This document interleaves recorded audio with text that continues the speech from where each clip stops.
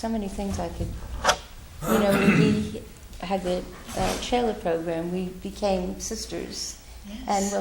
And Josh was a part of the trailer program. He was brother, and Susan and Annaleah and I became very close, and Still are. And I don't think, well, you guys have sisters. I don't have a sister, but I couldn't be closer to you guys if I had a sister. So I feel very blessed. And Annaleah taught ILC all over the world, and she and Joshua live in Hawaii, which I forgot to mention.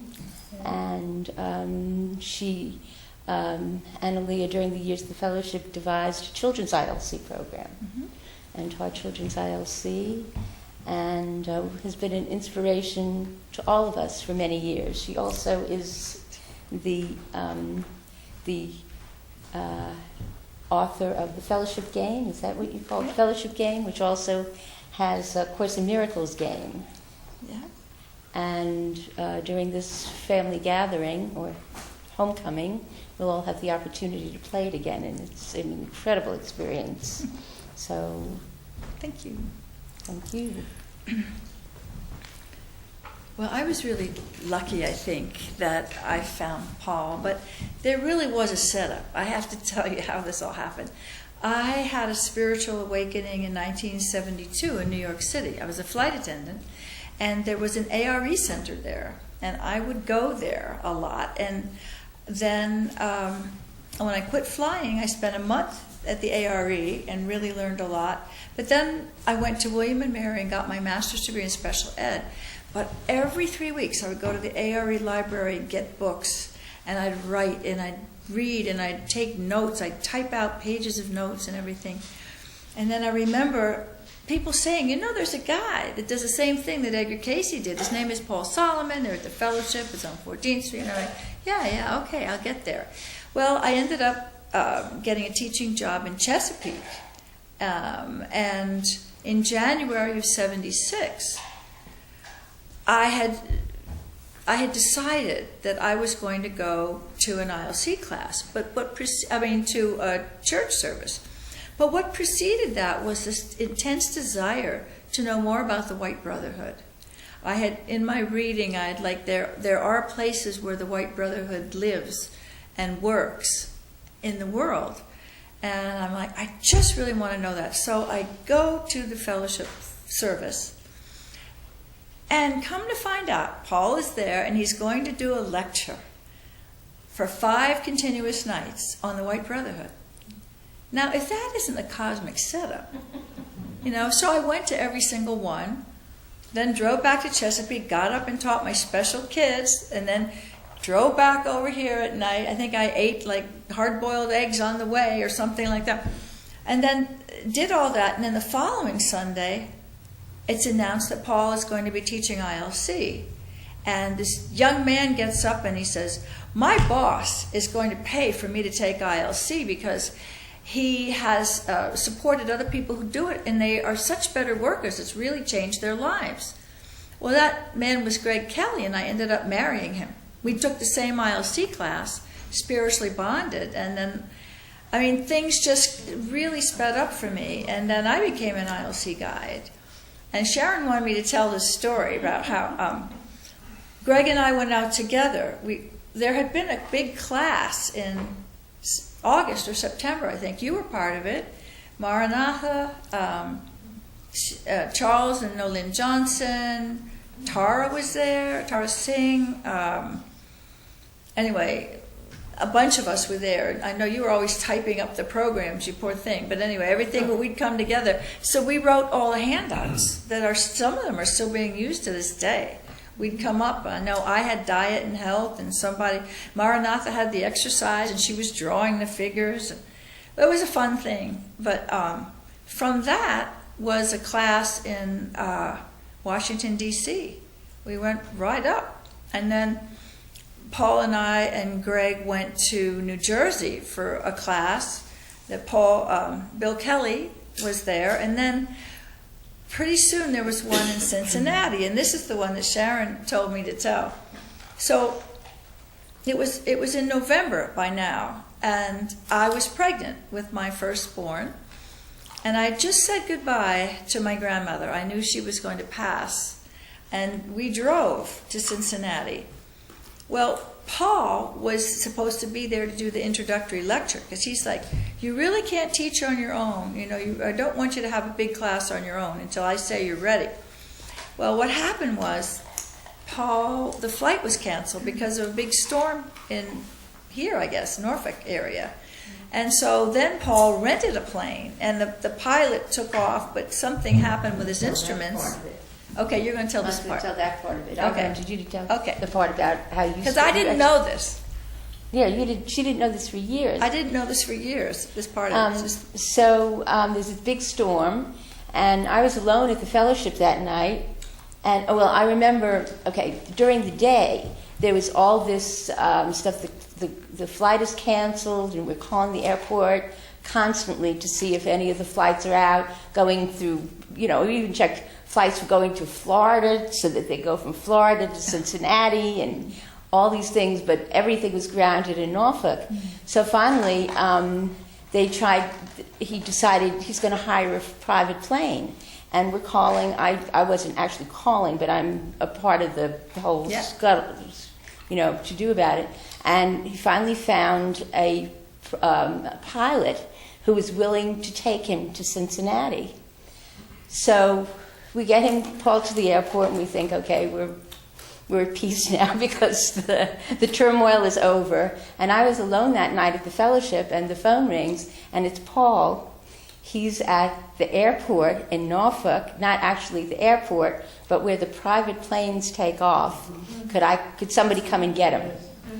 So I drove out to get him, and sitting next to him is this pilot, and this pilot is babbling and babbling about. Well, we went up in the airplane, and all the instruments stopped working, and he tried to contact the airport, and he couldn't contact the airport, and there was the whole. They couldn't see the airport, so Paul directed him how to land, and where to land, and the pilot said, he was absolutely amazed, and he wanted to study ILC. Good. Yeah. And I just remember that night. I had a little a Vega? Remember my little blue Vega? Oh, anyhow, yes. Yeah, so I start driving, and about after we just got a little bit out of the airport, and Paul said, "Stop the car. Do you mind if I drive?" He didn't want to give up the controls. Great. Well, the class ended up being... So here we are. I guess we're ready for this class. In fact, Greg had one class that was a smaller class, but it was in one end of the town. And I had another class that was, I think we had 8 or 10 people. And that was good for back in the old days when you couldn't talk about this stuff publicly. Mm-hmm. You'd say, do you read your horoscopes in the paper? Because that was kind of a neutral ground. And then depending upon that answer, you could ask, have you heard about this? Or do you ever work with your dream? Just kind of feel people out.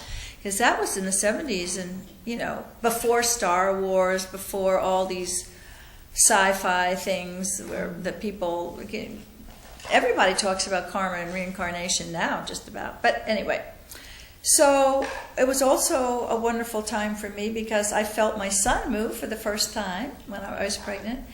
And from that class, at least 3 people came. I think Valerie Hack, who became an ILC guide herself, and Randy and Martha Wadsworth, and I believe Mary Peterson Hall was in that class, or Biff.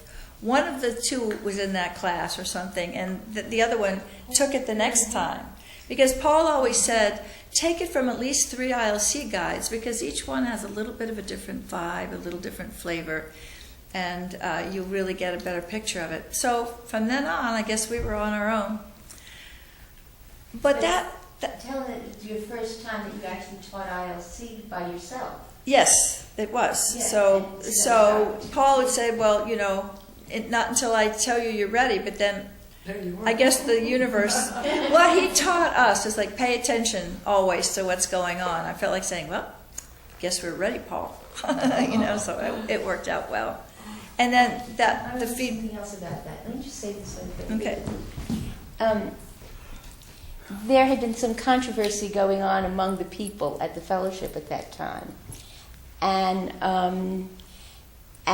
when Paul got back, you and Greg had gotten back before Paul did, and he felt so proud of you because you hadn't.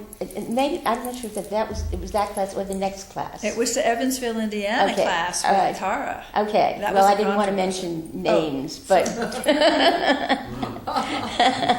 but that's okay because he's no longer with us on this planet. But he was he was so proud of you for not gossiping about all the things you had seen, and he talked about what a mature and loving and special person you were to be able to not gossip and not reveal, because you had been put in a role right in the middle of it all somehow, and he had great praise for you for that. Oh, why didn't he ever tell me that?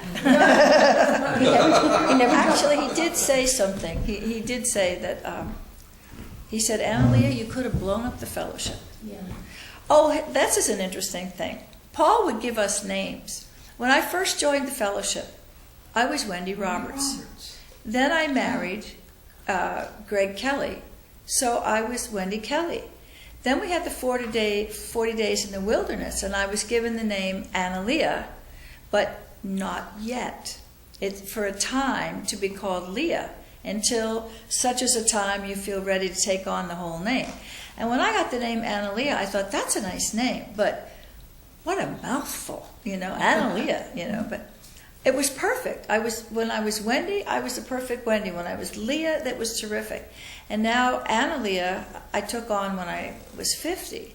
And then I moved to Hawaii, and Annaleah is just the perfect name. Anna means, I think, like grace. It also means grace in I don't know, the esoteric metaphysic names or something. So I like that name. It works. But what's essential, what I want to share is that pay attention to what goes on. Pay attention to the feedback that you get from the universe. The universe was giving me feedback. You're ready. Get out. Do your thing. It's time. We need you. And that felt really good. He always was talking about mystery school lessons. When something comes up that causes some emotion in you, look at it. What is it teaching you? What's the belief behind that? And that it just became like a working manifesto. There were so many. I loved ILC, and that's why I kept my mouth shut, because I didn't want the fellowship to go down in any way, because I knew the goal that we were carrying out to a starving world. We really helped bring awareness. Paul, and I had forgotten this, but Paul was the one who introduced us to the Course in Miracles with, as my husband said, Judith and Jerry Scutch, but he also helped fund the printing of those big volumes. They had kind of a funky looking one, and then the real pretty navy blue ones with the gold print. Paul was behind that. And the Course in Miracles has such depth and offers so much of a focus away from looking at your life as a physical body and a personality to remembering the spirit part, And I remember one of the things I loved was Paul's Bible Come Alive class, because he'd talk about the esoteric meaning of the Bible. This man was the son of the son of the son of a Baptist minister. The son of a Baptist minister was the grandson of a Baptist, and he knew the Bible. And he talked about that which is flesh, and that which is spirit. And we're both. We're really only one. We're really only spirit. But we're in bodies now, just as when you go to sleep, you have a dream and you're experiencing it as real, but you wake up and you realize, that was just a dream.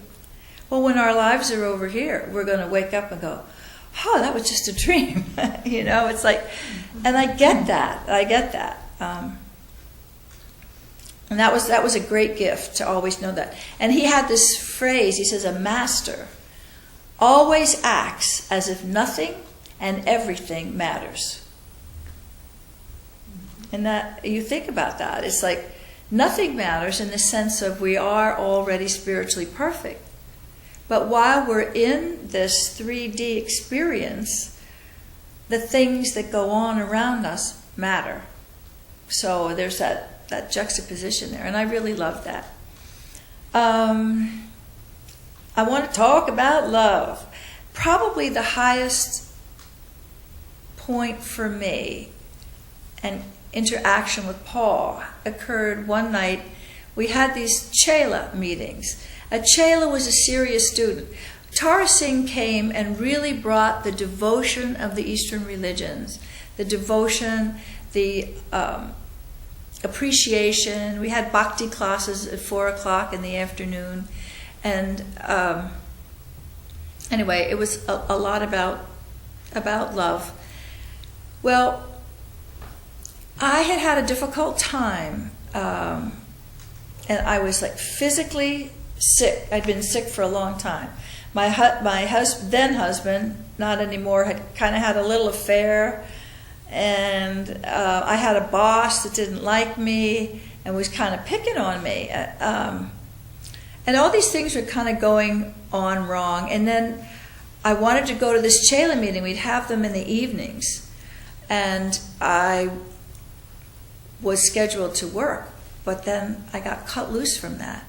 And so Paul had these things, I just loved it. Sometimes there would be no lesson. It was like, okay, what's up for you? What's going on with you guys? And I just loved those. It was like, okay, here's your chance to talk to someone who's really listening to God and can bring through these answers for you. And of course, he was always, teaching us to do it like he said, you don't know yourself very well, do you? You've got to know your source. You've got to know your source. So anyway, I'm starting to tell him all the things I just told you, things that were going wrong. And Paul locked in. I was sitting on the floor, he was on a chair.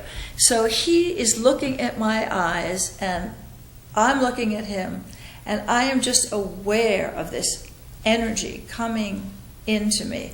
I know he was talking words. I know he was talking about love. And I know, but mostly I was just feeling the presence of love. I was feeling healed. I was feeling like I was getting better, and I was feeling healed. And a couple of days after, I said, that was an amazing experience for me.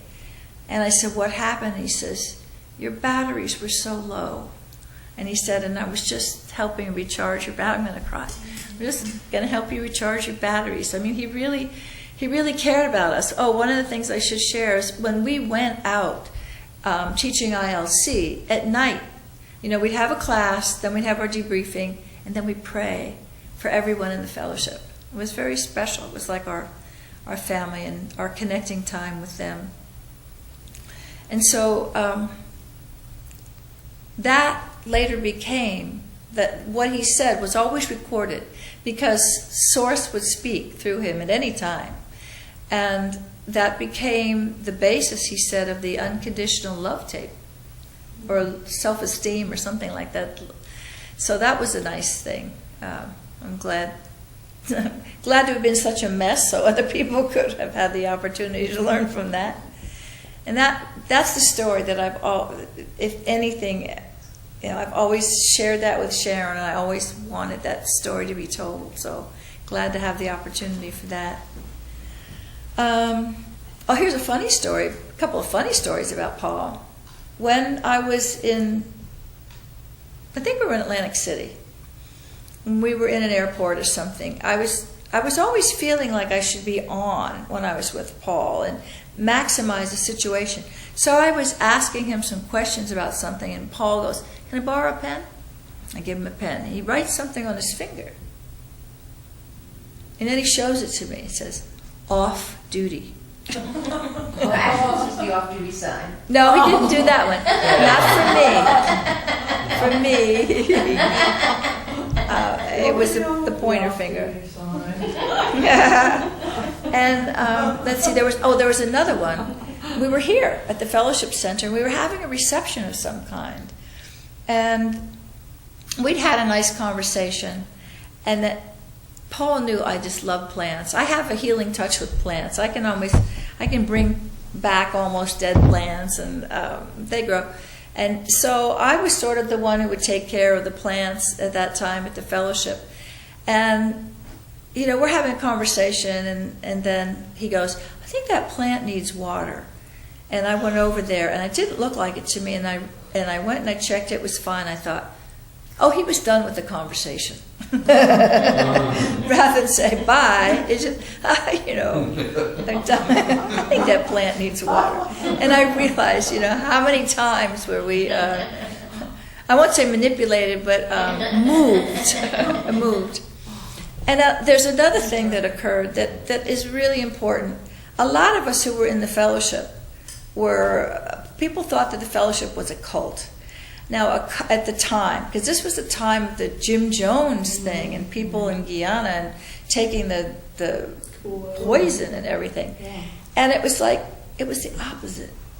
It was the opposite, because if you're in a cult, they say our way is the only way, and you're not allowed to go out, and you have to keep everything in, and your job is to bring people in. Well, Paul brought Frederick Lionel from France, Keith Critchlow from England, Sir George Trevelyan from England, Rabbi Gelberman from New York City, Barbara Marx Hubbard from D.C. Oh, help me! Somebody from Buckminster Fuller, Elizabeth Kubler-Ross. Yeah, on and on. He would bring these people to us to teach us these things, so that we would be as smart as we could be, just like the good papa who wants, the best education for the child. And he always said, "Now listen, if you ever find anything that speaks to you better than what we're doing, you go there. You follow that." Mm-hmm. And I remember telling my mother that, Isabel Hickey from Boston, Newton, Boston. Izzy was wonderful. I loved her. That when my father died, I left for a while when he was dying, and I helped him. And I had that book. "It Is All Right" was the name of her book. And I would just read that, just kind of support my spiritual self with my dad dying. And it was just the age of Life After Life with Moody, and I was trying to prepare my dad. He would go into these, absolutely had to check to make sure he was still breathing mode for a while. And that's when I would talk to him, and I would tell him, "Hey, this is going to happen, and you're going to follow the light, and this is thanks to these books and everything." And Izzy was what I was reading to support myself. And pretty soon my mother's reading Izzy. And next thing you know, we're having conversations,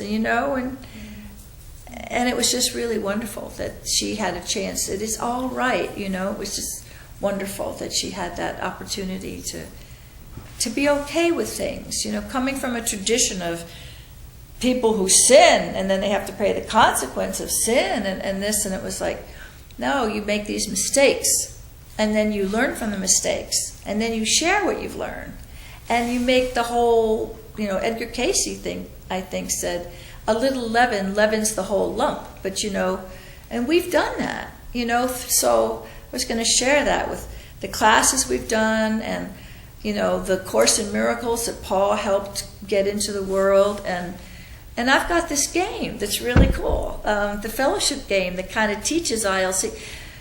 ILC used to be a 30-hour course. Who has 30 hours anymore?